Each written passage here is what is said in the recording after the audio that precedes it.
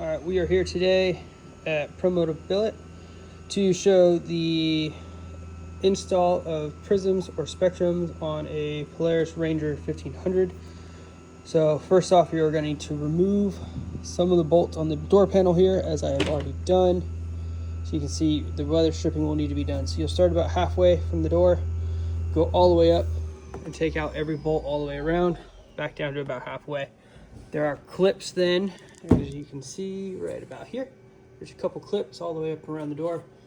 That gives you enough access for running the wire all the way up and through and getting our holes drilled that will go into that bracket.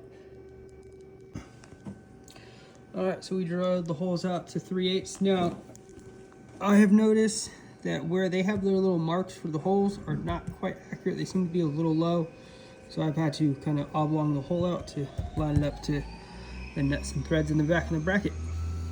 Let's keep working. Okay, so we are showing the template for the prism. So the prism uses a 5/8 drill to get our plugs through. The wire itself is only 8 millimeters. So the red here indicates where your wire would sit. It will be nice and snug against both sides here, but still be able to freely move. You have a slight gap on both sides, but not too bad. This allows the wire to come in and out. With our other style clamp that will be coming soon, this will all be hidden by the actual mount itself.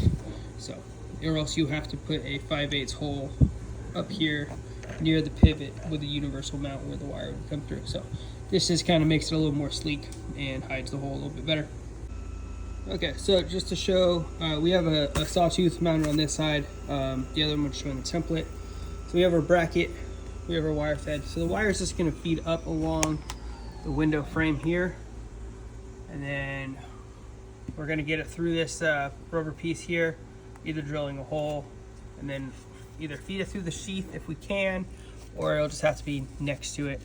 We're going to run it up through the headliner here, which take out all the plastic clips, unscrew your dome light, and you will need to unscrew your box up here to get to the wiring, and then connect it to your power up here, and then you'll just insert your switch in there.